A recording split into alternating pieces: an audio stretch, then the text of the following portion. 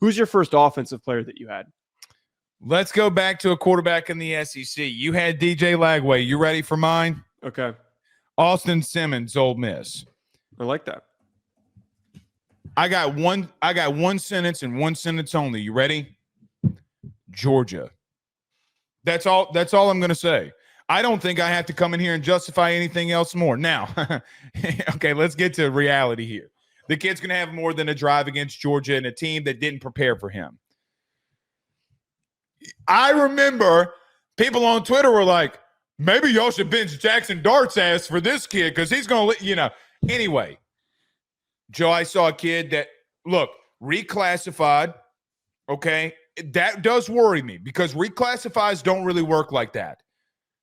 Perfect ACT score. Wants to be like some biologist. Dude is the smartest kid on the team. Like, dude, the reason he was able to reclassify is because he was one of the smartest kids on the team. Go look it up. It's a deep pull. That's an insanely deep pull. Well, okay. Well, no, I'm not. I'm just saying that, like, I had no idea that was the only reason I knew that is because he might play baseball. I was going to say, wasn't he also like a really good baseball player too? He may play baseball. Okay. This is a deep pull for me because I don't normally like two-sport athletes, okay? But when you're this smart and you can handle the workload, I might make an exception. Joe, Lane always has good quarterback play. There was a reason that he stuck with him, and he didn't go in the portal, didn't look for anybody, didn't care to have anybody.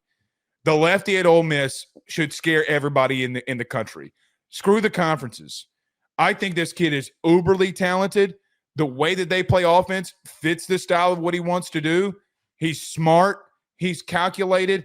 And I'm just going to take Kirby Smart's word for it when he says, that's one of the best freshman quarterbacks I've ever seen in my life. He said that in the postgame. He goes, from that point on, when he led down on the scoring drive, he's like, I've never seen a kid come in there and make that quick of decisions as a freshman. Never seen it. Now, let's think of the quarterbacks at freshmen that have come in and played. Oh, by the way, he had one. He got to a national title with one, and Jake from State Farm, okay? I like this kid, man. I think this kid can flat out play. I try to be a little careful when we've got a guy that, like, the only sample size we're really going off of is a drive. is a drive. But you're right. Like, there is – because to that point, and we've brought this up on the show before, when a defense isn't prepared for a certain player – correct. They're oftentimes, and especially a defensive coordinator, they're not aligned properly. They're not preparing for all their cues, especially early in a game. You're thinking, like, we're ready for Jackson Dart. What is Austin Simmons going to do? You're not expecting it. But this is a big, tall, quality athlete. That sample size against a really good defense, it's super promising. I almost thought they should have just kept him in the game because he was playing so well that if Jackson Dart's a little bit banged up, do you really need to risk him getting more banged up? But Jackson Dart ended up being fine, and he ended up finishing the game well. But I like this pull. We have seen enough consistent quarterback success from Lane Kiffin. And when was the last time that Lane Kiffin didn't have a good quarterback? Minus, like, maybe when he was at FAU. But he has influenced and worked with some really good quarterbacks that have been really good players in the SEC. I like this pull. I mean, this one should be everybody's first when we're talking about guys that didn't really play who end up being in the conversation as a top 5 quarterback in the SEC. Austin Simmons should lead the discussion because of the play caller, because of the potential weapons, and because of Ole Miss trying to take that next step.